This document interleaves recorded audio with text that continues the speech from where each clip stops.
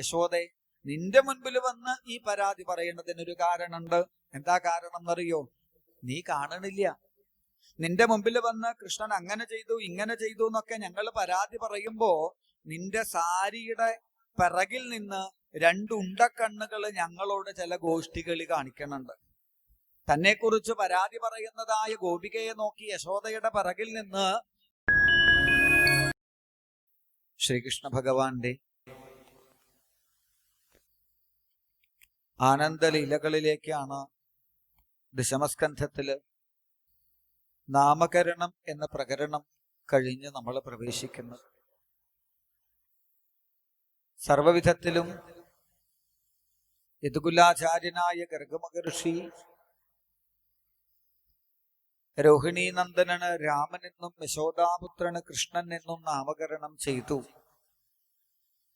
അവിടെ നിന്ന് അങ്ങോട്ട് അല്പകാലം കഴിയുമ്പോഴേക്കും കാലേനാൽപേന രാജഋഷേ രാമകൃഷ്ണശ്ച ഗോകുലേ ജാനുഭ്യാം സഹപാണിഭ്യാം.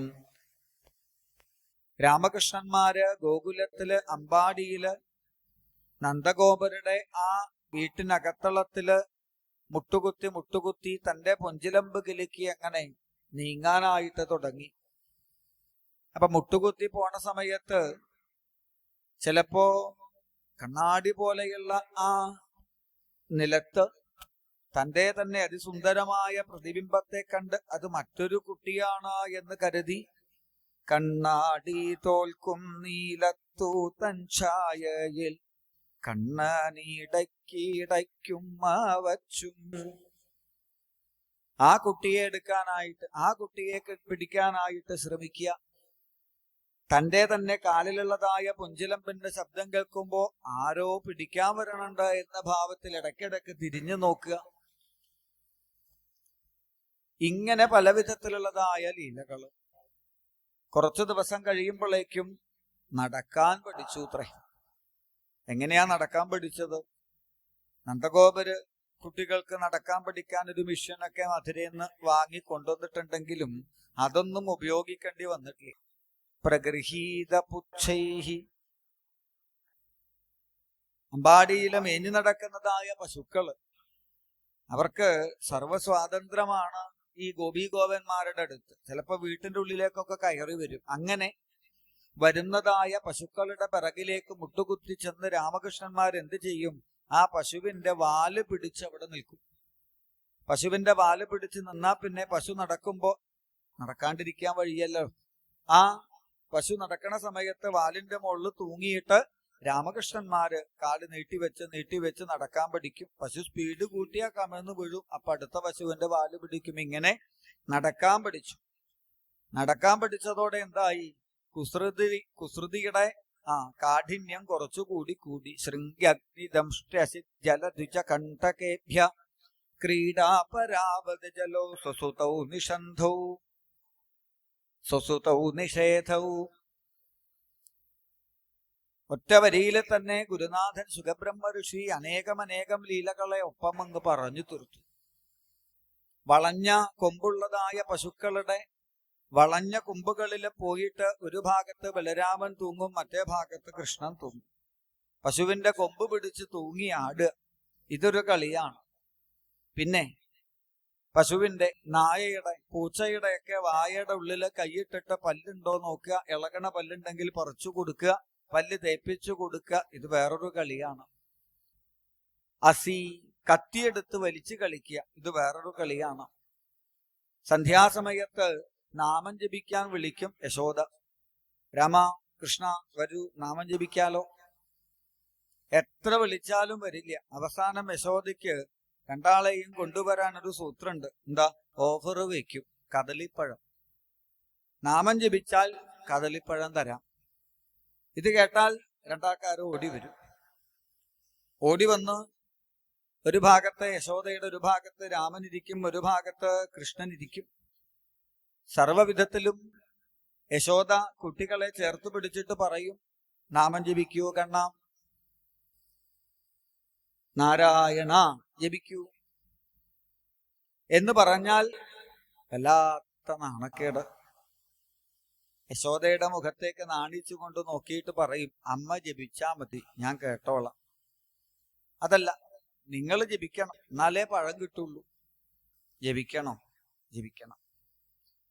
അല്ലേ? യാതൊരു നാമമാണോ നമ്മളൊക്കെ ഉറക്കെ ഉറക്കെ ഉറക്കെ ജപിക്കണം എന്ന് പറയുന്നത്, അതേ നാമം ജപിക്കാൻ ഭഗവാന് വല്ലാത്തൊരു നാണക്കേട്. അല്ലേ? ഇപ്പൊ ഈ മൈക്കിൽ കൂടി എന്റെ പേര് അനൗൺസ് ചെയ്യണം എന്ന് പറഞ്ഞാൽ നമുക്കൊരു വിഷമം ഉണ്ടാവില്ലേ? അതുപോലെ ഭഗവാന് നാമം ജപിക്കൽ വെച്ചാൽ വല്ലാത്ത ബുദ്ധിമുട്ട്. യശോദയോട് പറഞ്ഞു, ഞങ്ങൾ ജപിക്കുന്നുണ്ട്, കേൾക്കണില്ലല്ലോ, ചെറുതായിട്ട്. അങ്ങനെ പോരാ, ഉറക്കെ ജപിക്കൂ.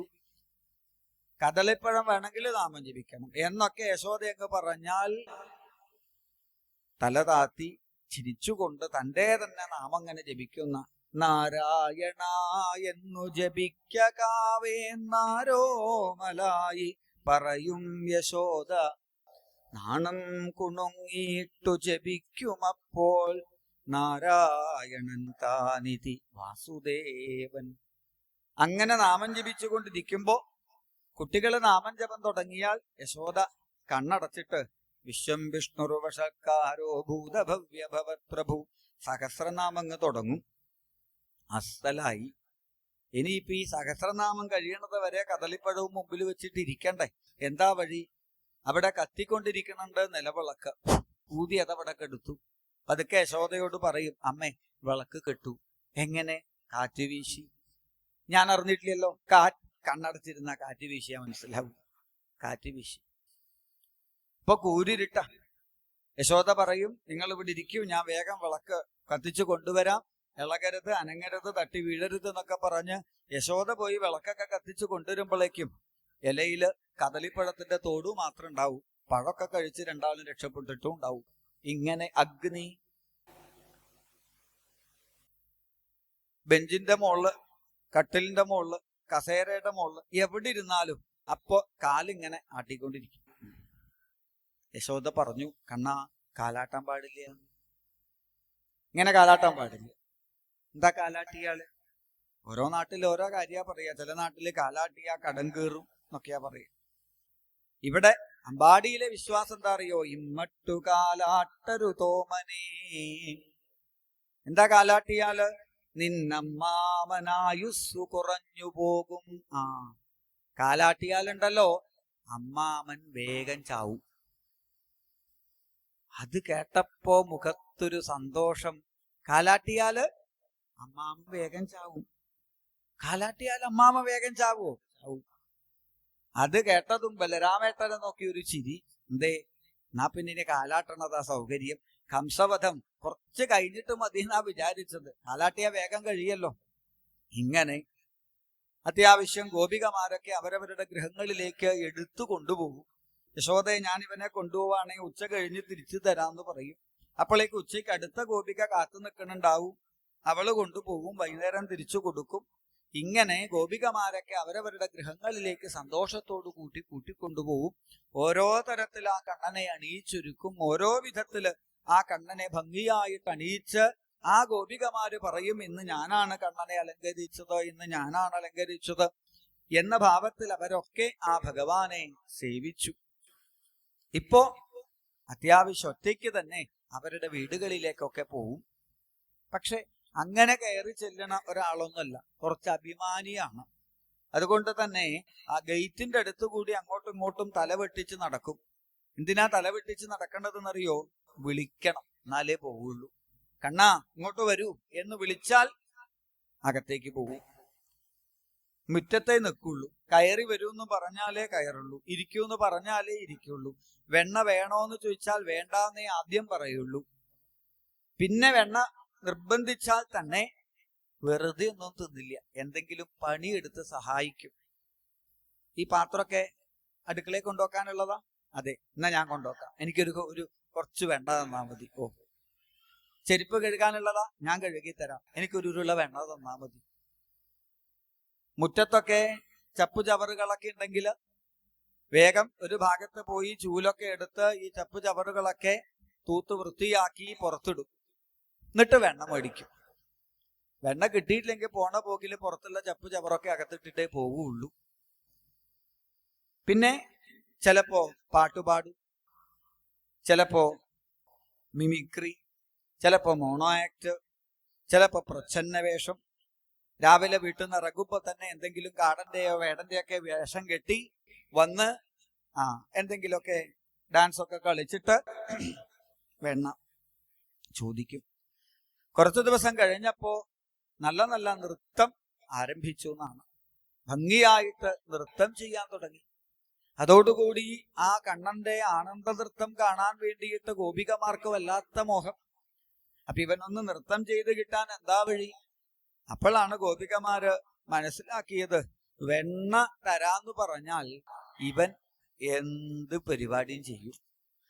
അവിടെയാണ് ഗോപികമാര് പറയണത്, നൃത്തമാടൂ കൃഷ്ണ നടനമാടൂ കണ്ണ വെണ്ണ തരാ ഗോപാല എന്ന് പറഞ്ഞാൽ നൃത്തം ചെയ്യും. നൃത്തം കഴിഞ്ഞാൽ ഗോപികമാര് വെണ്ണ കൊടുക്കും. കുറച്ചു ദിവസം കഴിഞ്ഞപ്പോഴാ മനസ്സിലായത്, ഇവരൊക്കെ എന്നെ പറ്റിക്കുക ചെയ്യണത്. എന്തേ, ഞാൻ അരമണിക്കൂറൊക്കെ ഇവിടെ നിന്ന് തുള്ളിയാൽ ഒരു ചെറിയ ഉരുള വെണ്ണയെ തരുന്നുള്ളൂ. തന്റെ നൃത്തത്തിന് ഇത്ര ചെറിയ ഉരുള വെണ്ണ മതിയോ? പോരാ. അപ്പൊ ഭഗവാനും ഡിമാൻഡ് വെച്ചു. എന്താ അറിയോ? അഡ്വാൻസ് ബുക്കിങ്ങേ ഉള്ളൂ. ഇനി നൃത്തം ചെയ്യണമെങ്കിൽ വെണ്ണ ആദ്യം കിട്ടണം. അങ്ങനെയായ എന്താ സൗകര്യം എന്ന് വെച്ചാൽ, വെണ്ണയുടെ വലുപ്പത്തിനനുസരിച്ചിട്ട് താൻ അധ്വാനിച്ചാൽ മതിയല്ലോ. വലിയ ഉരുള വെണ്ണയാണെങ്കിൽ ഒരു അരമണിക്കൂറൊക്കെ ഡാൻസ് കളിക്കും. ചെറിയ ഒരു ഉരുളയാണെങ്കിൽ ആ ഗോപികയുടെ മുമ്പിൽ ചെന്ന് 2 ചാട്ടം ചാടിയിട്ട് പറയും, ഇതിന് ഇതൊക്കെ ധാരാളം. ഇങ്ങനെ നൃത്തം ചെയ്യും. അത് സാധാരണ നൃത്തമല്ല, പിന്നെയോ അതിമനോഹരമായിട്ടുള്ളതായ നൃത്തം. ഓടി ഓടി ഓടി ഓടി ആ വീട്ടിനകത്ത് നൃത്തം ചെയ്യുന്നത് കണ്ടാൽ എല്ലാം മറന്ന് ആ കണ്ണന്റെ ആ കറുമ്പന്റെ നൃത്തത്തില് സർവവും മറന്നിരിക്കും ഗോപികമാര് അല്ലേ. ഇപ്പൊ അടുത്ത കാലത്ത് ഇപ്പൊ കറുത്താളാണോ നൃത്തം ചെയ്യേണ്ടത്, വെളുത്താളാണോ ഡാൻസ് കളിക്കേണ്ടത് എന്നൊക്കെ പ്രശ്നം ഉണ്ടായി. ഭാഗവതം പറയുന്നു, ഈ കറുമ്പന്റെ നൃത്തം പോലൊരു നൃത്തം ലോകത്തിൽ ആരും കളിച്ചിട്ടില്ല. ഏതായാലും ഇവിടെ ആ നൃത്തം, നാടോടി നൃത്തം, എന്താ ഈ ഡാൻസിന്റെ ഉദ്ദേശം എന്നറിയോ? അടുക്കളയിലേക്ക് ഓടും തിരിച്ചു വരും, ബെഡ്റൂമിലേക്ക് ഓടും തിരിച്ചു വരും, പിറകിലുള്ള വരാന്തയിലേക്ക് ഓടും തിരിച്ചു വരും. ഈ ഒരു ഡാൻസ് കളിക്കുന്ന സമയത്താണ് ഇവരെവിടെയൊക്കെയാണ് വെണ്ണ വയ്ക്കണത്, ഇവരെവിടെയൊക്കെയാണ് പാല് സൂക്ഷിക്കണത്, അഥവാ മുമ്പിൽ കൂടി പിടിക്കാൻ വന്നാൽ പുറത്തേക്ക് പോകേണ്ട പിറകിലുള്ള വാതിലിന്റെ കുറ്റി എവിടെയാണ്, ഒക്കെ സ്കെച്ചിട്ട് വയ്ക്കും. ഇന്നിപ്പോ അങ്ങനെ ചില കള്ളന്മാരുണ്ടല്ലോ, നമ്മുടെ വീട്ടിൽ പകല് പലതും വിൽക്കാന്നൊക്കെ പറഞ്ഞിട്ട് വരും. എന്നിട്ടോ രാത്രിയിൽ വന്നിട്ടാണ് അവരുടെ പരിപാടിയൊക്കെ നടത്തുക. ആ കള്ളന്മാരുടെയൊക്കെ ഗുരുനാഥൻ ഈ പറഞ്ഞ വിദ്വാന.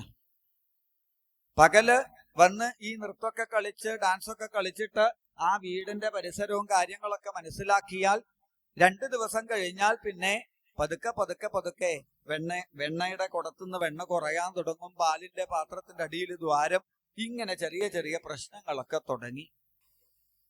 വല്ല ചാത്തൻ അങ്ങനെ വല്ല പ്രശ്നമുണ്ടോ അമ്പാടിയിൽ? എന്തേ, ഈയിടെ ആയിട്ട് വെണ്ണയുടെ കുടം പൊട്ടിയിരിക്കുന്നു, പാലിന്റെ കുടത്തിൽ നിന്ന് പാല് മറിഞ്ഞു പോകുന്നു, എന്തോ പ്രശ്നമുണ്ട്.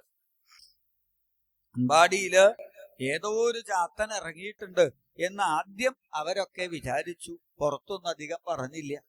പിന്നെ എപ്പോഴോ 2 ഗോപികമാര് സംസാരിക്കുമ്പോഴാണ് പറഞ്ഞത്, എന്താ അറിയില്ല, ഈയിടെ ആയിട്ട് വെണ്ണയും പാലും ഒക്കെ കിട്ടണത് വളരെ കുറവാ. അപ്പൊ മറ്റേ ഗോപിക പറഞ്ഞു, കണ്ണൻ അവിടെ വന്ന് നൃത്തം ചെയ്തു. എന്നാ പിന്നെ ഒന്ന് നോക്കിയാ മതി, ഒന്ന് ആലോചിച്ചാ മതി. അവൻ എപ്പോ വന്ന് ഡാൻസ് കളിച്ചോ 2-ാം ദിവസം മുതലാണ് ഈ വെണ്ണയും പാലും ഇല്ലാണ്ടാവുന്നത്. അപ്പൊ അവൻ തന്നെയല്ലേ? സംശയമില്ല, അവൻ തന്നെയാ. അവിടെ സകല ഗോപികമാരും കൂടി യശോദയുടെ മുൻപിൽ ചെന്ന് പരാതി പറയുന്നതാണ്. രാവിലെ ആവുമ്പോഴേക്കും യശോദയുടെ വീട്ടിന്റെ മുമ്പില് പൊട്ടിയ കലവും പാലിന്റെ പാത്രവും ഒക്കെ എടുത്ത് ഗോപികമാര് വന്ന് യശോദയോട് പരാതി പറയുന്നതായ രംഗം അല്ലേ. തമിഴിലൊരു കീർത്തനുണ്ട്, തായേ യശോദാവുന്തൻ നായർ കുലത്തുതിത്ത മായൻ ഗോപാലകൃഷ്ണൻ ചെയ്യും ജാലത്തെ കേളടി. എന്റെ യശോദേ, നിന്റെ ഈ കണ്ണൻ ചെയ്യുന്ന കുരുത്തക്കേടുണ്ടല്ലോ. എന്തൊക്കെയാ കുരുത്തക്കേട്? വത്സാൻ മുഞ്ചൻ കൊജിത സമയേ ക്രോശ സംജാതഹാസ സ്ഥേയം സാധ്വത്യഥദതിപയ കൽപ്പിതൈ സ്ഥേയയോഗൈ. അസമയത്ത് എഴുന്നേറ്റ് ഇവൻ ഞങ്ങളുടെ പശുത്തൊഴുത്തിൽ വന്ന് പശുക്കുട്ടികളെയൊക്കെ കയറഴിച്ചു വിടും. എന്തിനാടാ നീ കയറഴിക്കണത് എന്ന് ചോദിച്ചാൽ ചിരിച്ചോണ്ട് പറയും, അഴിച്ചു വിടലാണ് എന്റെ ജോലി. ഇനി അഥവാ വേറെന്തെങ്കിലും, പശുക്കുട്ടി പോയി പാല് കുടിക്കില്ലേ എന്ന് പറഞ്ഞാൽ അപ്പൊ ഇവൻ പറയും, എന്റെ അമ്മയുടെ പാല് ഞാൻ കുടിക്കണില്ലേ, അപ്പൊ പിന്നെ പശുവിന്റെ പാല് പശുക്കുട്ടിയല്ലേ കുടിക്കേണ്ടത്. ഇങ്ങനെ ന്യായം പറഞ്ഞ് ഇവൻ രക്ഷപ്പെടും. പശുക്കുട്ടികളുടെ ആ കയറഴിച്ചു വിടുന്നു എന്നുള്ളത് ഒരു ഭാഗം. വെണ്ണ, പാല്, തൈര് തുടങ്ങിയതായ കുടങ്ങള് ആ കുടത്തുനിന്ന് കുറച്ചെടുക്കലല്ല, പിന്നെയോ ആദ്യമൊക്കെ കുടത്തുനിന്ന് കുറച്ച് വെണ്ണ എടുക്കും, കുറച്ച് പാലെടുക്കും, പിന്നെ കുടം അപ്പാടെ അങ്ങ് എടുത്തു കൊണ്ടുപോകും. എന്നിട്ടോ അതിലുള്ള വെണ്ണയും പാലും ഒക്കെ കഴിക്കും. അത് ഇവൻ കഴിക്കേണ്ടതാണെങ്കിൽ കുഴപ്പമില്ല, കുട്ടിയല്ലേ കുറച്ച് കഴിച്ചോട്ടെ എന്ന് വിചാരിക്കാം. മർക്കാൻ ഭോക്ഷ്യൻ, കൊരങ്ങന്മാർക്ക്, നായകൾക്ക്, പൂച്ചകൾക്ക് ഒക്കെ ഈ വെണ്ണയും പാലും ഒക്കെ ഇവൻ വിതരണം ചെയ്യും. ഇനി പോട്ടെ, ഈ കൊരങ്ങനും നായക്കും പൂച്ചയ്ക്കൊക്കെ കൊടുത്തിട്ട് ബാക്കിയുള്ളത് ആ കുടത്തിൽ വെച്ചൂടെ യശോദേ? നാത്തി ഭാണ്ഡം ഭിനത്തി, ആ കുടം എറിഞ്ഞു പൊട്ടിക്കും. ഇന്നലെ എന്റെ വീട്ടിൽ നിന്ന് പൊട്ടിച്ച കുടത്തിന്റെ കഷ്ണം തെളിവിന് ഞാൻ കൊണ്ടുവന്നതാ, നിനക്ക് വിശ്വാസായില്ലേ ഞങ്ങൾ പറയണത്? അപ്പോ യശോദയുടെ മുമ്പിൽ വന്ന് ഗോപികമാരിങ്ങനെ കൃഷ്ണനെ കള്ളൻ എന്ന് പറയുമ്പോ യശോദയ്ക്ക് അത് തീരെ അങ്ങ് ഇഷ്ടാവണില്ല, തന്റെ മകനെ കള്ളെന്ന് വിളിക്കണത്. യശോദ പറയും, അവൻ കുട്ടിയല്ലേ, നിങ്ങൾ എന്തിനാ അവനിങ്ങനെ, നിങ്ങൾ തന്നെയാ അവനെ എടുത്തു കൊണ്ടുപോയി മുറിയും ഒക്കെ കാണിച്ചു കൊടുത്തത്. അവനെ എടുക്കണ്ട, അവനിവിടെ നിന്നോട്ടെ എന്ന് പറഞ്ഞപ്പോ ഞാൻ ഇവനെ വീട്ടിലേക്ക് കൊണ്ടുപോവാണെന്ന് പറഞ്ഞ് നിങ്ങൾ തന്നെ അവനെ ക്ഷണിച്ചു കൊണ്ടുപോയത്. കുട്ടികളെ കുറ്റം പറയരുത്. പിന്നെ നിങ്ങൾക്ക് ഈ വെണ്ണയും പാലും ഒക്കെ ഈ താഴത്തെന്തിനാ വയ്ക്കണത്? അത് കുറച്ച് മുകളിൽ വെച്ചൂടെ? അപ്പൊ ഇവൻ എടുക്കുവോ? ആര് പറഞ്ഞു? യശോദേ, ഞങ്ങളിപ്പോ ഈയിടെയായിട്ട് വെണ്ണയും പാലും ഒക്കെ ഉറിയില് കെട്ടിത്തൂക്കും. ഉറിയില് കെട്ടിത്തൂക്കാൻ എങ്ങനെ അറിയോ? 5-6 കുടങ്ങള് മുകളിൽ വെക്കും. അപ്പോ ഇവനെ പറ്റിക്കാൻ വേണ്ടിയിട്ട് ഞങ്ങള് ഏറ്റവും അടിയിലുള്ള കുടത്തില് പച്ചവെള്ളം നിറയ്ക്കും, 2ാമത്തെ കുടത്തില് വെണ്ണ, 3ാമത്തെ കുടത്തില് പച്ചവെള്ളം, 4ാമത്തെ കുടത്തില് തൈര്, 5ാമത്തെ കുടത്തില് പച്ചവെള്ളം. ഇങ്ങനെ ഇടയിലിടയില് പച്ചവെള്ളം വെക്കും ഇവനെ പറ്റിക്കാൻ. പക്ഷേ നിന്റെ മകനുണ്ടല്ലോ, ഉള്ളിലിരിപ്പറിയാൻ മിടുമിടുക്കന.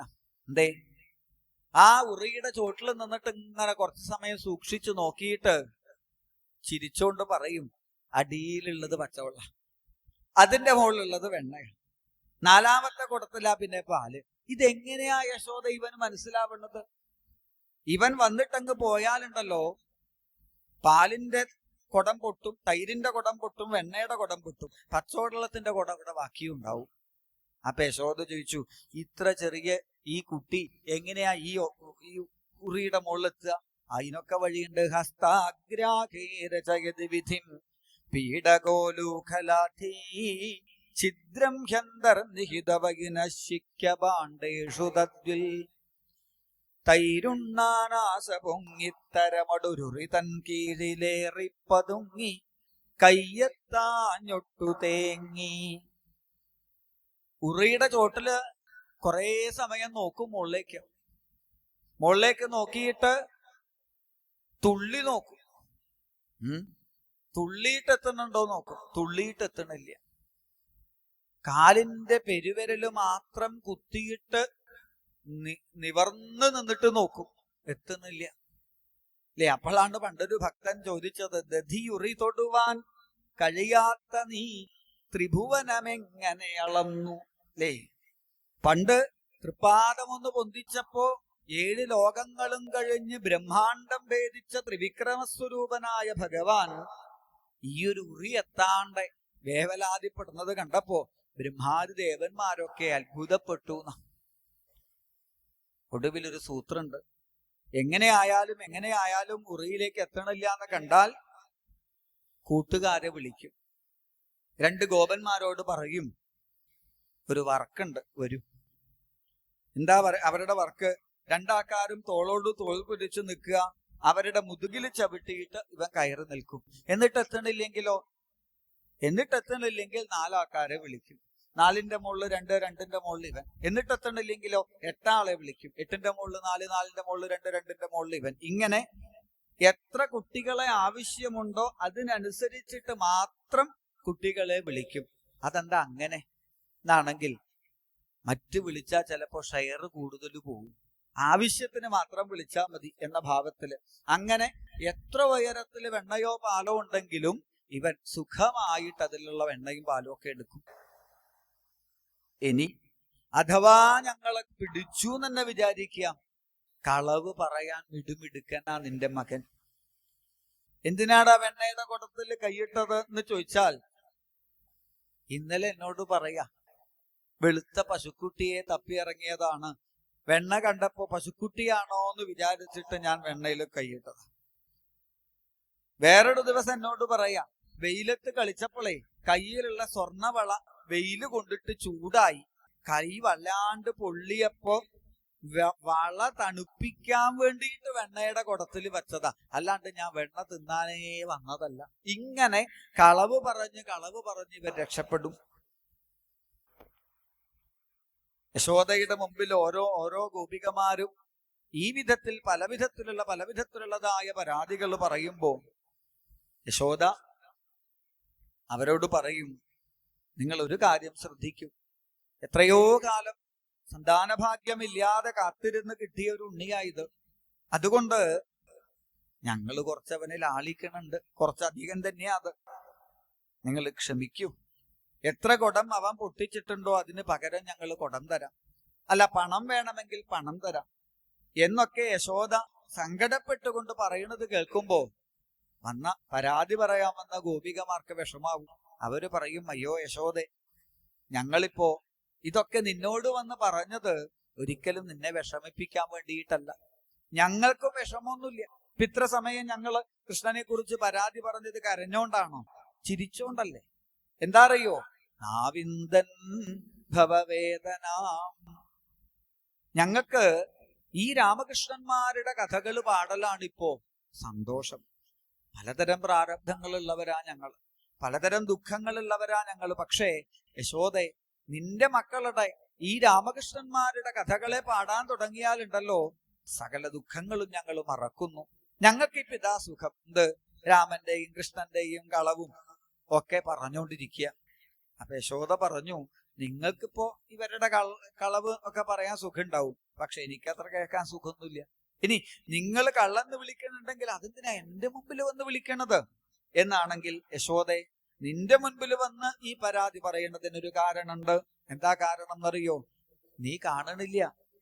നിന്റെ മുമ്പിൽ വന്ന് കൃഷ്ണൻ അങ്ങനെ ചെയ്തു ഇങ്ങനെ ചെയ്തു എന്നൊക്കെ ഞങ്ങൾ പരാതി പറയുമ്പോ നിന്റെ സാരിയുടെ പിറകിൽ നിന്ന് 2 ഉണ്ടക്കണ്ണുകൾ ഞങ്ങളോട് ചില ഗോഷ്ഠികളി കാണിക്കണുണ്ട്. തന്നെ കുറിച്ച് പരാതി പറയുന്നതായ ഗോപികയെ നോക്കി യശോദയുടെ പിറകിൽ നിന്ന് ആ ഉണ്ടക്കണ്ണ് ഉരുട്ടി പേടിപ്പിക്കൂ അത്രേ.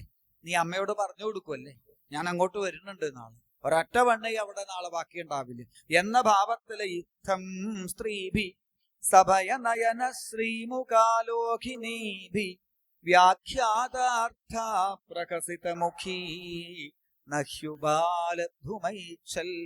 ആ ഭഗവാന്റെ കടാക്ഷമേൽക്കാൻ വേണ്ടിയിട്ട് ഗോപികമാരെ യശോദയുടെ മുമ്പിൽ ഇങ്ങനെ പരാതി പറയുന്നതായ രംഗങ്ങള്. ഇവിടെ ഓരോ ഗോപികയ്ക്കും ഓരോ ബാലലീലകളെ യശോദയ്ക്ക് മുൻപിൽ പാടിക്കൊടുക്കാൻ ഉണ്ടായിരുന്നു എന്നുണ്ടെങ്കിൽ, യശോദ എന്ന ആ ഭാഗ്യവതിയായ അമ്മയ്ക്കും ഓരോ ദിവസവും ഓരോ വിധത്തിലുള്ളതായ ആനന്ദലീലകളെ ഭഗവാൻ അനുഭവിപ്പിച്ചു. യശോദയുടെ ഹൃദയത്തില് ആ ബാലകൃഷ്ണന്റെ ഓരോ ദിവസത്തെയും ലീലകള് എന്തെന്നില്ലാത്ത ആനന്ദത്തെ കൊടുത്തു എന്നാണ്. മാതാ കിം യദുനാഥ ദേഹി ചഷകം. യശോദ വെണ്ണയൊക്കെ കൊടുത്ത് വയറൊക്കെ നിറച്ച് ആ അരമണിയൊക്കെ ഒന്ന് ലൂസാക്കി വയറൊക്കെ നിറഞ്ഞിട്ടുണ്ട്. അത്രയ്ക്ക് ഭംഗിയായി ഭക്ഷണം കൊടുത്ത് അടുക്കളയുടെ ഒരു മൂലയ്ക്ക് അവിടെ ഇരുത്തി. എന്നിട്ട് പറഞ്ഞു, ഇനി ഇവിടുന്ന് അനങ്ങരുത്, എന്നൊക്കെ പറഞ്ഞ് അവിടെ സമാധാനിപ്പിച്ച് തൈര് കടയാൻ തുടങ്ങി. തൈരങ്ങനെ കടഞ്ഞ് അവസാനമാവുമ്പോഴേക്കും അതിൻ്റെ ഉള്ളിൽ നിന്ന് നവനീതം പുതുവെണ്ണ നിറഞ്ഞങ്ങനെ വരണത് കാണുമ്പോഴേക്കും വിശപ്പ് തുടങ്ങി. പതുക്കെ യശോദയോട് പോയി ചോദിച്ചു, അമ്മേ കുറച്ച് വെണ്ണ തരുമോ? വല്ലാണ്ട് ഇപ്പല്ലേ നീ വെണ്ണ തിന്നത്. അപ്പൊ തിന്നാന്ന് പറഞ്ഞാൽ ഇനി അമ്മ എന്തായാലും ഇന്ന് തരാൻ പോണില്ല. എന്താ വഴി? ആലോചിച്ചപ്പോ ഒരു സൂത്രം തോന്നി. പതുക്കെ അരയിൽ നിന്ന് ആ ഓടക്കുഴലെടുത്ത് ചുണ്ടിലേക്ക് ചേർത്ത് ഓടക്കുഴൽ വിളിക്കാൻ തുടങ്ങി. സ്വതവേ നല്ല ശബ്ദം വരാറുണ്ട്, പക്ഷേ ഇപ്പോ ഓടക്കുഴൽ വിളിക്കുമ്പോ അതിൻ്റെ ഉള്ളിൽ നിന്ന് കാറ്റിന്റെ ശബ്ദം മാത്രമേ കേൾക്കണുള്ളൂ. യശോദ നോക്കുമ്പോ ഓടക്കുഴല് തട്ടി നോക്കണുണ്ട്, കുടഞ്ഞു നോക്കണുണ്ട്, അതിന്റെ ഉള്ളിൽ കൂടി കണ്ണിട്ട് നോക്കണുണ്ട്. യശോദ ചോദിച്ചു, എന്തു പറ്റി കണ്ണാ? ഓടക്കുഴല് കേടായി തോന്നണുണ്ടമ്മേ, ശബ്ദം വരുന്നില്ല. അത് നീ ശരിക്കും ഊതിയതല്ലേ? ഞാൻ ഇന്ന് രാവിലെ വരെ ഓടക്കുഴൽ ഊതെന്ന് കേട്ടിട്ടില്ലേ അമ്മ? ഇപ്പൊ ഓടക്കുഴല് കേടായി. അതെങ്ങനെ ഇപ്പൊ കേടായത്? അറിയില്ല. ഇനിയിപ്പൊ എന്താ ചെയ്യാം? വേറെ ഓടക്കുഴലും മേടിക്കാം. എന്തിനാ അച്ഛന്റെ പൈസ വെറുതെ കളയുന്നത്? വേറെ ഓടക്കുഴലൊന്നും മേടിക്കണ്ട. ഈ ഓടക്കുഴല് നമുക്ക് നേരെയാക്കി എടുക്കാം. ഓടക്കുഴല് നന്നാക്കാനൊക്കെ നീ പഠിച്ചുവോ? എൻ്റെ ഒരു കൂട്ടുകാരൻ പഠിപ്പിച്ചതാ ഇന്നലെ. അവന്റെ ഓടക്കുഴലിന്റെ ശബ്ദം പോയപ്പോ അവൻ ചെയ്തൊരു സൂത്രമുണ്ട്. എന്താ സൂത്രം എന്നറിയോ? ഈ ഓടക്കുഴലിന് നല്ല ശബ്ദം വരാൻ എന്തു വേണം? തൽ സുഷിര നിരകളിൽ വെണ്ണ പൂശേണമിപ്പോൾ. ഈ ഓടക്കുഴലിന്റെ ദ്വാരം മുഴുവൻ വെണ്ണ. അത് നേരത്തെ എനിക്ക് തന്ന പോലെയുള്ള വെണ്ണയല്ല, അമ്മയുടെ കയ്യിൽ ഇപ്പില്ലേ, ഇപ്പോഴത്തെ ആ പുതിയ അങ്ങനെയുള്ള വെണ്ണ ഈ ഓടക്കുഴലിന്റെ ദ്വാരത്തിൽ നിറച്ചു വെക്കണം. എന്നിട്ടോ ഈ ഓടക്കുഴൽ കൊണ്ടുപോയി വെയിലത്ത് വെച്ചാൽ വെണ്ണയൊക്കെ ഉരുകിപ്പോവല്ലോ. ഓടക്കുഴലിന് നല്ല ശബ്ദം. എന്റെ കൂട്ടുകാരന്റെ ഓടക്കുഴലിന് ഇപ്പൊ എന്താ ശബ്ദം എന്നറിയോ? കുറച്ച് വെണ്ണ തരുമോ ഓടക്കുഴലിന് കൊടുക്കാൻ വേണ്ടിയിട്ട് എന്ന് ചോദിച്ചാൽ യശോദ വേഗം ഒരു ഉരുള വെണ്ണ കയ്യിൽ കൊടുക്കും. വെണ്ണ കിട്ടിയ അതും എടുത്തിട്ട് ഓടും. ഏതെങ്കിലും വാതിലിന്റെ പിറകിൽ പോയി നിന്ന് ഈ വെണ്ണ വേഗം അങ്ങ് കഴിക്കും. യശോദ വിളിച്ചു ചോദിക്കുന്നുണ്ട്, കണ്ണാ വെണ്ണ ഉരുകി പോണുണ്ടോ? അപ്പോ ചിരിച്ചോണ്ട് പറയും, ഉരുകാണ്ട് തന്നെ പോണുണ്ടോ എന്നും പറയും. കുറച്ചു കഴിഞ്ഞ് സുന്ദരമായിട്ട് ആ ഓടക്കുഴല് വിളിച്ച് അമ്മയെ സന്തോഷിപ്പിക്കുന്നതായ ആ ബാലകൃഷ്ണൻ കുറച്ചു സമയം കഴിഞ്ഞാൽ വീണ്ടും വരും. അമ്മേ, എന്തേ? വെണ്ണ വേണം. വേഗം ഒരു കൈയിലേക്ക് ഒരു ഉരുള വെണ്ണ ഇവിടെ കൊടുത്തു. വലത്തെ കൈയിലേക്ക് വെണ്ണ കിട്ടിയാൽ യശോദയുടെ മുഖത്തേക്ക് ഇങ്ങനെ നോക്കും. ഇടത്തെ കൈയിനെ ഒന്ന് നോക്കും, അമ്മയെ ഒന്ന് നോക്കും. വലത്തെ കൈ എന്തേ? അമ്മ വലതുപക്ഷക്കാരിയാ? ഇടത്തെ കൈക്ക് വെണ്ണയില്ലേ? ഇടത്തെ കൈക്ക് വേറെ വെണ്ണ വേണോ? വേണം. ഈ ഇടത്തെ കൈ ആരാ അറിയോ? ആരാ? വലത്തെ കൈയിന്റെ സഹോദരനാണ് ഇടത്തെ കൈ. അപ്പോ വലത്തെ കൈക്ക് മാത്രം വെണ്ണ കൊടുക്കുമ്പോ ഇടത്തെ കൈക്ക് സങ്കടാവും. ബലരാമേട്ടന് മാത്രം വെണ്ണ കൊടുക്കുമ്പോ ഞാൻ കരയില്ലേ? എനിക്ക് മാത്രം വെണ്ണ തരുമ്പോ ബലരാമേട്ടൻ കരയാറില്ലേ? അതുപോലെ ഒറ്റക്കൈ തന്നിൽ നീ വെണ്ണ തന്നിടുമ്പോൾ മറ്റേ കൈ കണ്ടിട്ടു കേഴുമല്ലോ. മൂത്തവൻ കയ്യിൽ നീ വെണ്ണ കൊടുക്കുമ്പോൾ ആർത്തനായി കേഴുന്നോരെന്നെ പോലെ. ബലരാമേട്ടന് മാത്രം വെണ്ണ കൊടുത്താൽ ഞാൻ കരയാറില്ലേ? എനിക്ക് മാത്രം വെണ്ണ തന്നാ ബലരാമേട്ടൻ കരയാറില്ലേ? അതുപോലെ വലത്തെ കൈക്ക് അമ്മ വെണ്ണ കൊടുക്കുമ്പോ ഇടത്തെ കൈ കരയണുണ്ട്. എന്നാ ഇപ്പൊ ഞാൻ വെണ്ണ തരില്ല. ഇപ്പൊ തരില്ല എന്ന് പറഞ്ഞാൽ അപ്പൊ അടുത്ത ചോദ്യം, പിന്നെ എപ്പോഴാ തരിക? രാത്രി ആവട്ടെ, രാത്രി തരാം. രാത്രി തരാന്ന് പറഞ്ഞാൽ ഒഴിവാവുന്ന വിചാരിച്ചത്. അപ്പൊ അടുത്ത ചോദ്യം, അമ്മേ രാത്രി എന്ന് പറഞ്ഞാൽ എന്താ? രാത്രി എന്ന് പറഞ്ഞാൽ എന്താ?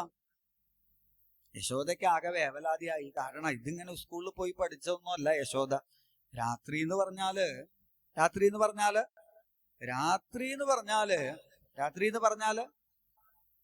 യശോദയ്ക്ക് തല ചുറ്റാൻ തുടങ്ങി. ഇതിപ്പോ എന്തെങ്കിലും പറയണ്ടേ?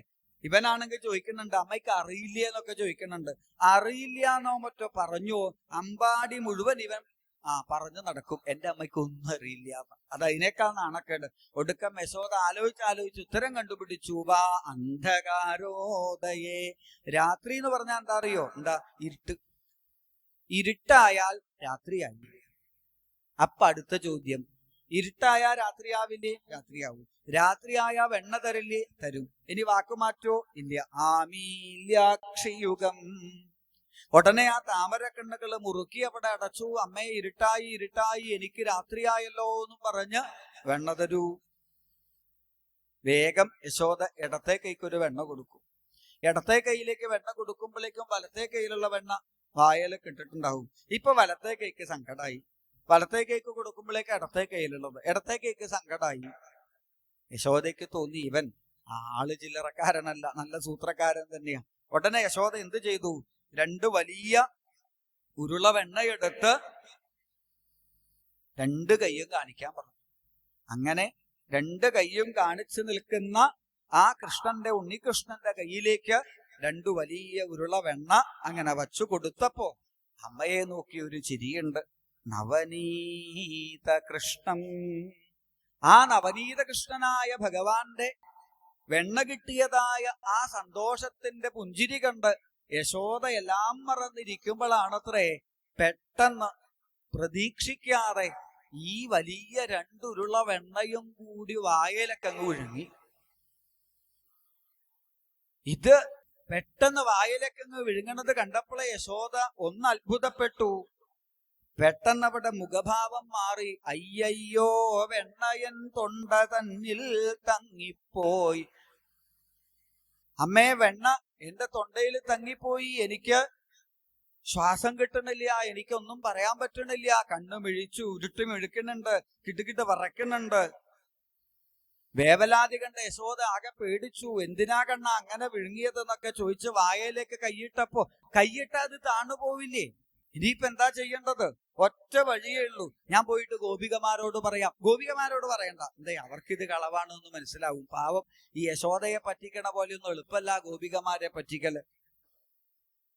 ഇനിയിപ്പോ എന്തു വേണം? ഒറ്റ വഴിയേ ഉള്ളൂ. എന്താ വഴി? തൊണ്ടയിലുള്ള വെണ്ണ എങ്ങനെയെങ്കിലും അവിടെ ഒന്ന് ഉരുക്കി അങ്ങ് കളയാം. തൊണ്ടയിലുള്ള വെണ്ണ എങ്ങനെയാ ഉരുക്കുക? ചൂടുപാൽ ചെല്ലുകില ദുരുകും. തിളച്ച പാല്, ചൂട് പാലങ്ങ് ഒഴിച്ചാൽ വെണ്ണ ഉരുകി പോവുമല്ലോ. അമ്മ പോയിട്ട് ചൂട് പാല് കൊണ്ട്, നിനക്കല്ലേ ശ്വാസം കിട്ടണില്ല എന്നൊക്കെ പറഞ്ഞത്? അല്ല, പാല് തിളക്കണവരെയുള്ള ശ്വാസമൊക്കെ എന്റെ കയ്യിലുണ്ടാവും.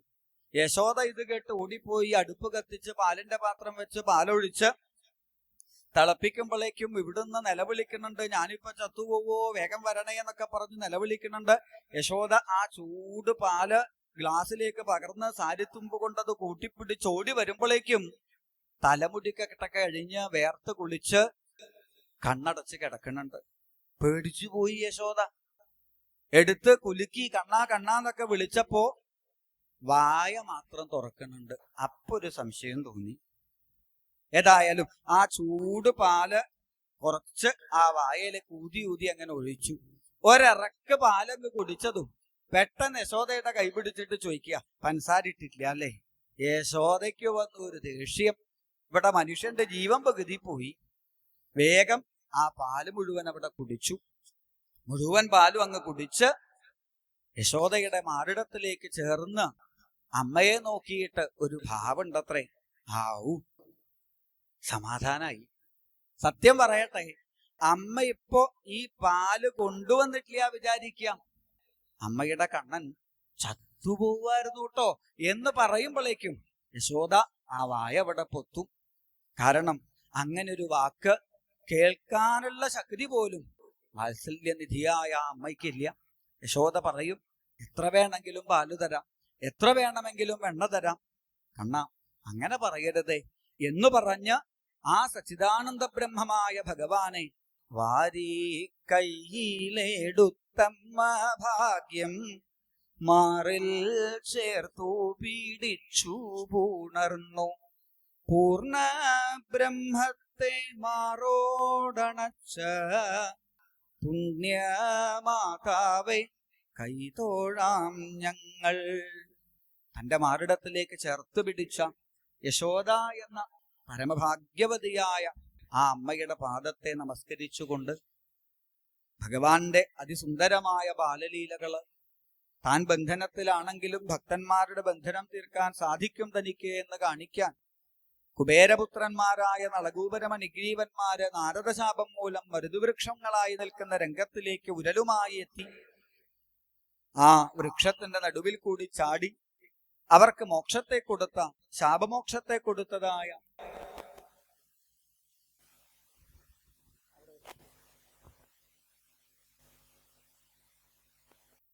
ശാപമോക്ഷത്തെ കൊടുത്തതായ ആ ഉലൂഖല ബന്ധനം അഥവാ ദാമോദരലീല, അമ്പാടിത്തെരുവിലേക്ക് മാമ്പഴം വേണമോ എന്ന് ചോദിച്ചു വന്നതായ ആ അമ്മയ്ക്ക് സർവതരത്തിലുള്ളതായ അനുഗ്രഹവും ചൊരിഞ്ഞതായ ഭഗവാന്റെ കാരുണ്യലീല ഒക്കെ വർണ്ണിച്ച് ആ കാലത്താണ് അവിടെ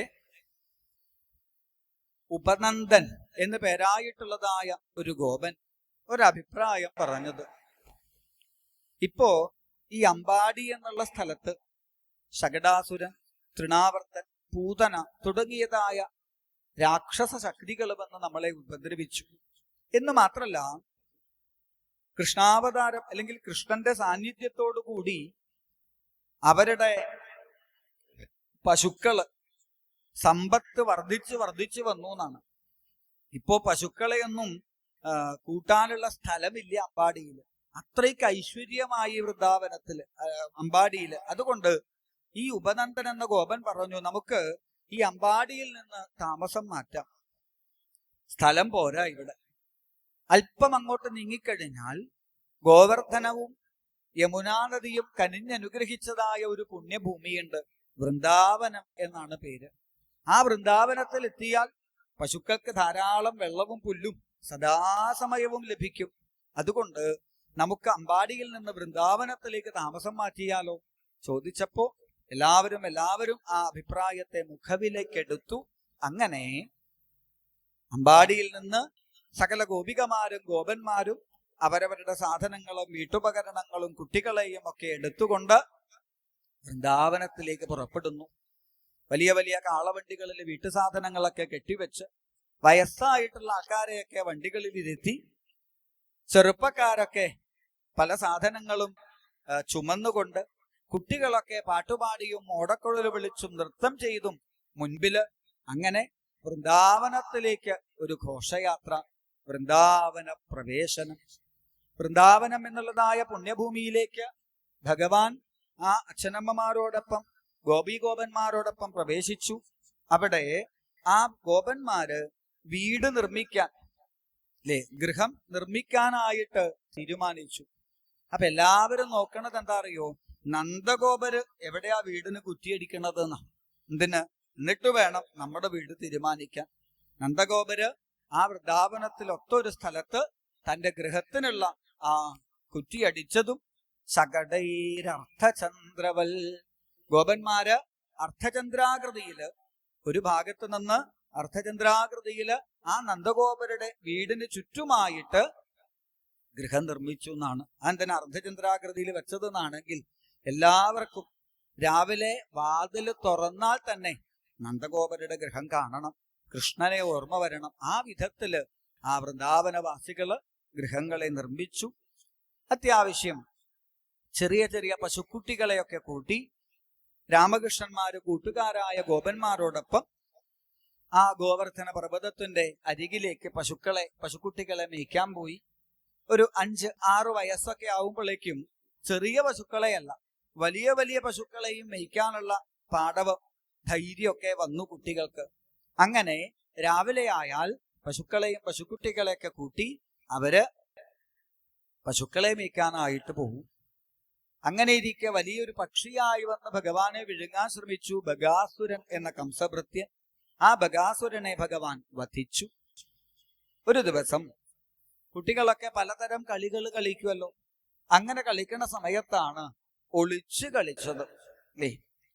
അവിടെ ഭഗവാനാണ് ഏതോ ഒരു ഒരു മരത്തിന്റെ അടുത്ത് നിന്ന് മരത്തിന് കണ്ണൊക്കെ പൊത്തിയിട്ട് എണ്ണാൻ തുടങ്ങി. ഗോപന്മാര് പറഞ്ഞു, കൃഷ്ണ പുറത്തേക്ക് നോക്കരുത്, നീ കള്ളനാണ്, ഞങ്ങൾക്ക് വിശ്വാസമൊന്നുമില്ല എന്നൊക്കെ പറഞ്ഞപ്പോ ഞാൻ നോക്കില്ല എന്നൊക്കെ പറഞ്ഞു. ഭഗവാൻ അവിടെ കണ്ണൊക്കെ പൊത്തി എണ്ണാൻ തുടങ്ങി. ഗോപന്മാര് ഒളിക്കാൻ പറ്റിയ സ്ഥലം എവിടെയാ നോക്കി നോക്കി നോക്കി ആ ഗോവർദ്ധന പർവ്വതത്തിന്റെ അരികിലെത്തിയപ്പോ അവിടെ വലിയൊരു ഗുഹ. പെട്ടെന്ന് ഇവരാലോചിച്ചു, ഇന്നലെ ഇതുവഴി വന്നപ്പോ ഇങ്ങനെ ഒരു ഗുഹ കണ്ടിട്ടില്ലല്ലോ, ഇതേതാ പുതിയ ഗുഹ? അപ്പൊ ഇതിന്റെ ഉള്ളിൽ കയറി ഒളിക്കാം, കൃഷ്ണൻ എന്തായാലും കണ്ടുപിടിക്കില്ല. ഉള്ളിലേക്ക് കയറിയപ്പോഴാണ് ഈ ഗുഹയുടെ ഉള്ളിലേക്ക് നോക്കൂ, നല്ല ചുവന്ന പരവതാനി വിരിച്ചിട്ടുണ്ടല്ലോ, ആരോ കയറാൻ വേണ്ടിയിട്ട്. അങ്ങനെ ആ പരവതാനിയിൽ കൂടിയിട്ട് ഇവരെങ്ങനെ നടന്നു പോണുണ്ട് കുട്ടികള്. നോക്കുമ്പോ ദൂരത്തായിട്ട് വെളുത്ത എന്തോ കുറ്റികള് പോലെയൊക്കെ കാണുന്നുണ്ട്. ഇത് നല്ല റോഡ്, ഹൈവേ പോലെയുണ്ട്. കുറച്ചുകൂടി ഉള്ളിലേക്ക് എത്തിയപ്പോ അതിന്റെ ഉള്ളിൽ നിന്ന് ദുഷിച്ച ഗന്ധം വരണുണ്ട്. അപ്പൊ ഒരു കുട്ടി പറഞ്ഞു, ഇത് പാമ്പിന്റെ വാസന പോലെയൊക്കെ തോന്നുന്നുണ്ടല്ലോ, ഇനി ഇത് വല്ല പാമ്പിന്റെ വായോ മറ്റോ ആയിപ്പോയോ? അപ്പൊ വേറൊരു ഗോപം പറഞ്ഞു, പാമ്പാണെങ്കിൽ എന്താ, കൃഷ്ണനില്ലേ നമ്മുടെ ഒപ്പം, പിന്നെന്തിനാ നമ്മൾ പേടിക്കണത് എന്നൊക്കെ പറഞ്ഞ് ആ കുട്ടികളൊക്കെ അഘാസുരൻ എന്നുള്ളതായ ആ കംസഭൃത്യൻ പെരുമ്പാമ്പായി കിടക്കുന്നതായ ആ പാമ്പിന്റെ വായയുടെ ഉള്ളിലേക്ക് അങ്ങനെ കയറി. പക്ഷെ അഘാസുരൻ വായ അടച്ചില്ല, കാരണം വരണ്ട ഒരുത്തൻ വരട്ടെ. കുട്ടികളെ അന്വേഷിച്ച്, കൂട്ടുകാരെ അന്വേഷിച്ച് ഭഗവാൻ അവരുടെ പേരൊക്കെ വിളിച്ചുകൊണ്ട് പതുക്കെ ആ അഘാസുരന്റെ വായയുടെ ഉള്ളിലേക്ക് അവിടെ എത്തിയതും അഘാസുരൻ വായ അവിടെ അടക്കാൻ ശ്രമിച്ചു. ഭഗവാൻ തന്റെ ശരീരത്തെ വലിപ്പമുള്ളതാക്കി തന്റെ യോഗസിദ്ധി കൊണ്ട് ആ വലിപ്പം വർദ്ധിപ്പിച്ചതും അഘാസുരന്റെ വയറ് പിളർന്നു, അഘാസുരൻ മരിച്ചു. ആ ശരീരത്തിൽ നിന്നൊരു ജ്യോതിസ് മുകളിലേക്ക് ഉയർന്നു പോകുന്നത് ഗോപന്മാര് മുഴുവൻ കണ്ടു. അഘാസുരന് മോക്ഷം. ഇവിടെ അഖം എന്ന പദത്തിന്റെ അർത്ഥം പാപം എന്നാണ്. അഖം എന്ന് വെച്ചാൽ പാപം. അപ്പൊ പാപമേ സ്വരൂപമായിരിക്കുന്നതായ അഘാസുരന് മോക്ഷം കിട്ടി. എന്താ കാരണം? ഭഗവാനെ ഒന്ന് ഉള്ളിൽ സ്മരിച്ചാൽ തന്നെ പാപമില്ലാണ്ടാവും എന്നിരിക്കെ ആ നീലവർണ്ണനായ കൃഷ്ണനെ ഉള്ളിലേക്ക് വിഴുങ്ങിയില്ലേ അവൻ, അതുകൊണ്ട് അവന് മോക്ഷം കിട്ടി. ഇവിടെ കൃഷ്ണൻ പാമ്പിനെ കൊന്ന കഥ സ്വതവേ എല്ലാ ദിവസവും വൈകുന്നേരം കുട്ടികൾ തിരിച്ചു വന്നാൽ അമ്മമാര് കുളിപ്പിച്ചു മടിയിലിരുത്തിയിട്ട് ചോദിക്കും, ഇന്ന് കൃഷ്ണൻ എന്തൊക്കെ കളിയാ കളിച്ചത്, ഇന്ന് കൃഷ്ണൻ എന്തൊക്കെ അത്ഭുതങ്ങളാ കാട്ടിയത് എന്ന് പറഞ്ഞാൽ അതാത് ദിവസത്തെ ലീലകള് അമ്മമാർക്ക് പാടിക്കൊടുക്കും ഗോപന്മാര്. എന്നാൽ ഈ പാമ്പിനെ കൊന്ന ദിവസം ഗോപന്മാര് ചെന്ന് അമ്മമാരോട് പറഞ്ഞു, ഇന്ന് കൃഷ്ണൻ ഒരു പാമ്പിനെ കൊന്നു. പക്ഷെ ശരിക്കും അത് പറഞ്ഞത് 1 വർഷം കഴിഞ്ഞിട്ടായിരുന്നു.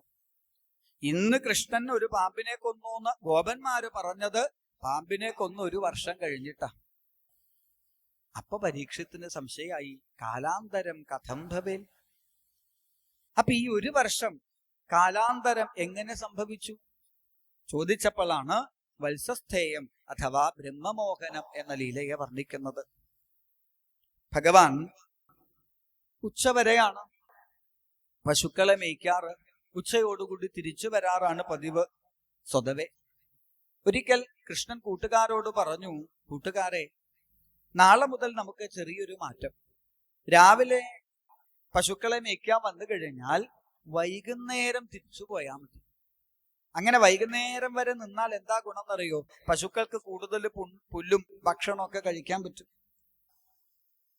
പിന്നെ ഉച്ച സമയത്തുള്ള പോക്കുണ്ടല്ലോ, അത് വല്ലാത്ത ബുദ്ധിമുട്ടാണ്. ഉച്ച സമയത്താവുമ്പോ വെയിലൊക്കെ നല്ലോണം ഉണ്ട്. അല്ലെങ്കിൽ ഞാൻ കറുത്തിട്ടാണ്, ഇനി കുറച്ചും കൂടി കറുത്തു പോയാലോ, അപ്പൊ വൈകുന്നേരം വെയിലൊക്കെ താണിട്ട് നമുക്ക് പോയാൽ മതി.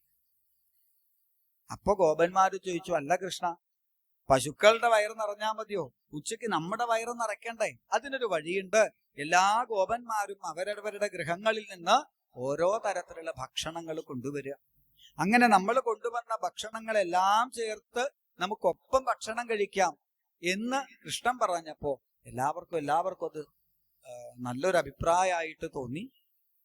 ഓരോ ഗോപന്മാരും തീരുമാനിച്ചു.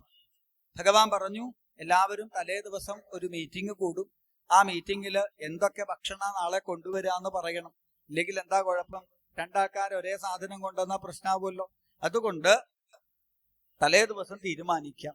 അങ്ങനെ ഓരോ ഗോപന്മാരും പിറ്റേ ദിവസം ഓരോ വിധത്തിലുള്ള ഭക്ഷണങ്ങളെ കൊണ്ടുവന്നു. ആ ഭക്ഷണങ്ങളെല്ലാം ഒപ്പം ചേർത്ത് വെച്ച് ഭഗവാൻ ഭക്ഷണം കഴിക്കാനിരിക്കുന്ന രംഗം. വനഭോജനം.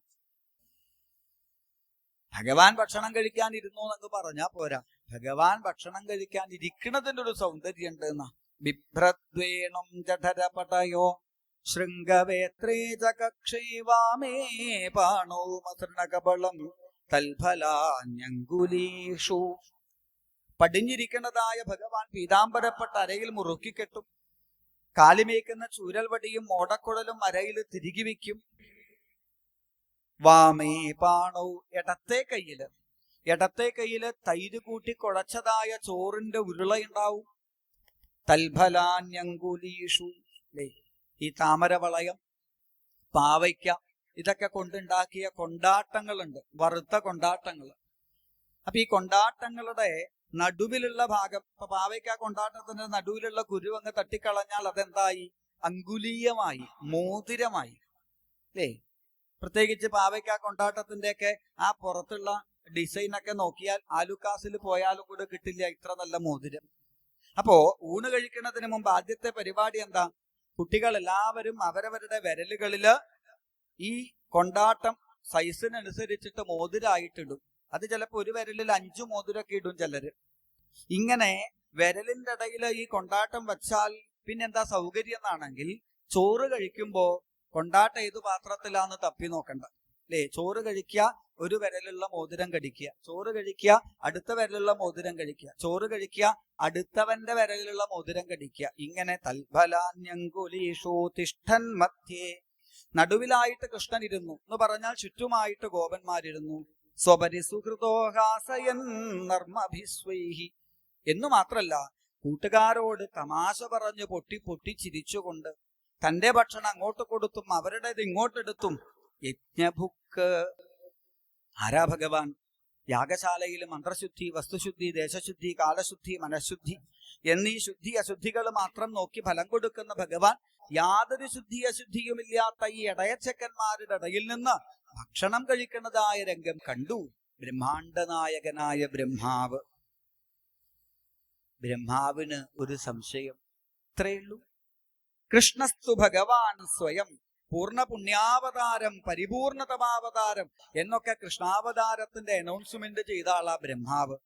ഭൂമിയിൽ വന്ന് അതിമാനുഷികമായിട്ടുള്ള അത്ഭുത ലീലകളെ കാണിക്കുന്നൊക്കെ വിചാരിച്ച് വന്നു നോക്കുമ്പോ ഒരു സാധാരണ ചെക്കൻ.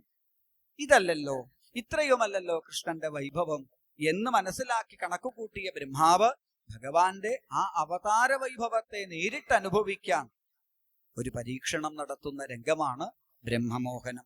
തുടർന്ന് കാളിയ നർത്തനം, വേണുഗാനം, കാത്യായനി പൂജ, ഗോപീവസ്ത്രാപഹരണം തുടങ്ങിയ പ്രകരണങ്ങളെ കഴിഞ്ഞ് കുന്നിനെ കുടയാക്കി ഗോകുലത്തെ രക്ഷിച്ചതായ ഗോവർദ്ധനഗിരിധാരിയായ ഗോവിന്ദന്റെ ലീലകളെ പാടി പരിപാവനമായ രാസലീലയെ അനുസ്മരിച്ച് ആ വൃന്ദാവന ലീലാ പ്രകരണം അവിടെ സമർപ്പിച്ചു.